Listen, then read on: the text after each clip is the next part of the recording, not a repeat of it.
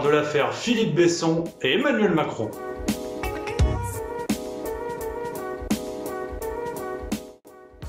Après Marlène Schiappa, après Muriel Pénicaud, c'est au tour du président de la République d'avoir droit à sa vidéo Let It Be. On bosse, on est en marche, nous. C'est vrai qu'on va commencer par croire que je m'acharne.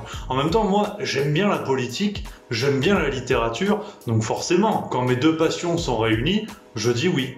Oui. Puis comme tout le monde, je regarde un peu les infos sur internet, à la télé, à la radio. C'est vrai qu'il faut reconnaître qu'en ce moment, il y a beaucoup La République En Marche. Mais bon, moi j'y suis pour rien, puis vous inquiétez pas les autres partis. Ça va venir, je bosse, je bosse. Moi parce que... Mais oui, bien sûr, votre parti. Alors cette fois, l'affaire, elle a rien à voir avec des livres un peu concons qui nous poussent à oser la mort des rondes ou oser les sexuels. Non, ça c'est la spécialité de Marie Minelli, ou plutôt Marlène Schiappa, en fait c'est la même personne. Non, ce qui va nous intéresser aujourd'hui, c'est une affaire qui a fait jaser, comme on dit du côté de Saint-Pierre-des-Corps. C'est la nomination au poste de consul de Los Angeles, aux États-Unis d'Amérique, de l'écrivain Philippe Besson. Là, c'est sérieux. Et l'Amérique, je peux la voir et je l'aurai. Bon, d'abord, il faut placer les choses en contexte, sinon on va rien comprendre, il y en a qui vont pas suivre, on va les perdre. À la base, Philippe Besson, il est écrivain, donc il est pas plus diplomate que ma tante Janine ou que mon chat Maurice. Il est écrivain et son premier livre, En l'absence des hommes, est sorti en 2001, la même année que son deuxième roman, Son frère, qui lui a connu un gros succès et qui a été adapté au cinéma par Patrice Chéreau. Bon, au-delà de sa qualité d'écrivain, c'est vrai que Philippe Besson, sur le plan personnel, il est très proche de l'entourage d'Emmanuel Macron. Il était par exemple présent à la Rotonde le soir où Emmanuel Macron a ramené la coupe à la maison. Ramener la coupe à la maison. Donc, ça je dis rien, moi je suis proche de l'entourage de mon boucher, des fois j'ai plus de chipot dans le paquet, ça c'est pas le problème, c'est les avantages. T'es jaloux. Bon, c'est vrai que Philippe Besson, il est quand même très proche d'Emmanuel Macron, à tel point qu'il a écrit un livre sur la campagne du futur président de la République qui s'appelle Un personnage de roman, qui est sorti en 2017 aux éditions Julliard et qui a été adapté en poche quelques temps après. Bon, puis c'est un livre qui a quand même bien marché, il en a vendu 50 000. Mais c'est vrai que c'était quand même ce qu'on appelle une hagiographie. C'était une ode à Emmanuel Macron.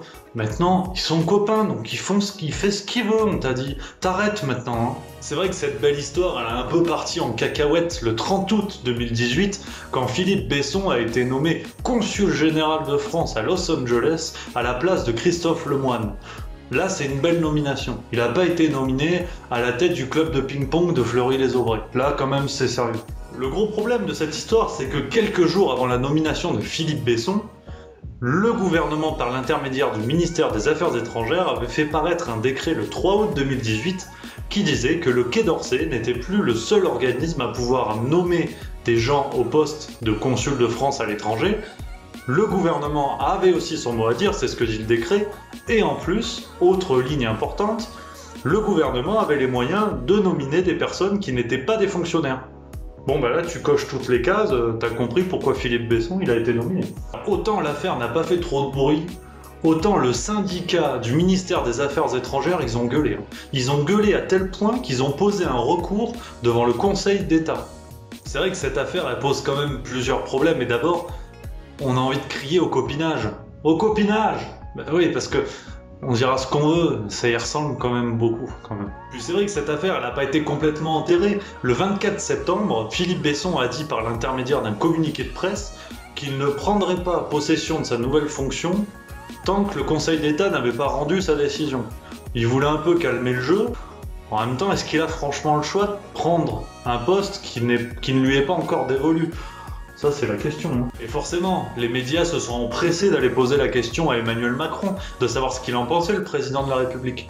Et il l'a dit, d'un ton très sérieux, qu'il n'y avait aucun copinage, dans la mesure où cette nomination ne faisait que perpétuer une tradition de grands écrivains français nominés à des postes de ce type. Ne fous pas de ma gueule! Bah forcément, chez Let It Be, on a bossé, on allait vérifier. Dernier en date, Jean-Christophe Ruffin. C'est vrai, il est écrivain, mais son métier de base, c'est diplomate. Ah merde. Ensuite, on a eu dans l'histoire, par exemple, Romain Gary, qu'on connaît bien. Romain Gary, il était compagnon de la Libération, et c'est en remerciement pour la France qu'il a décidé de la représenter à l'international. on est quand même sur un autre niveau de capacité de représentation. Hein.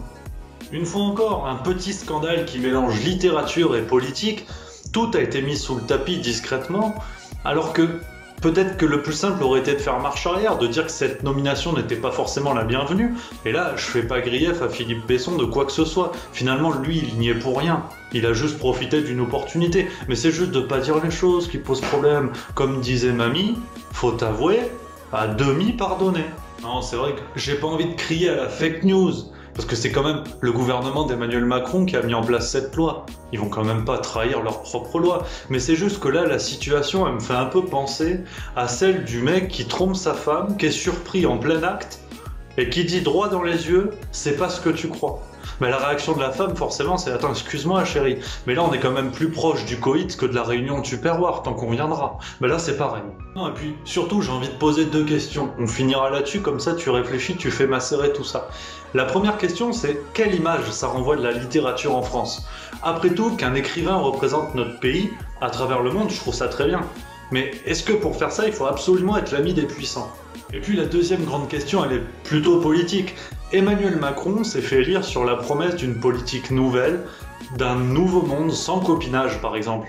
Bon bah quand on regarde Stéphane Bern, Éric Orsena, Philippe Besson, et le nouveau monde il a quand même une sacrée gueule d'ancien monde si tu regardes. Un nouveau scandale qui mélange politique et littérature, et là on est vraiment en plein dedans, avec la figure d'un auteur qui est hissé dans un rang politique qui n'est peut-être pas le sien, mais en tout cas, il y a des réflexions à faire. Mettez en commentaire ce que vous en pensez, je serais vraiment très intéressé de savoir si vous pensez que cette affaire finalement ne vaut pas franchement le détour, ou si on est encore une fois en face d'un véritable cas de conscience. À vous de voir, là les jeux sont ouverts, enfin ou même tout bleu, chacun choisit la couleur qu'il veut. Et puis en attendant, on peut se retrouver et vous pouvez découvrir ma dernière vidéo sur la critique de Sérotonine, le dernier Welbeck. Ah bah la joie de vivre c'est par là. Puis sinon tu peux t'abonner par là. Et puis on se retrouve, peut-être que d'ici là je serai ambassadeur à Porto Rico, on sait pas.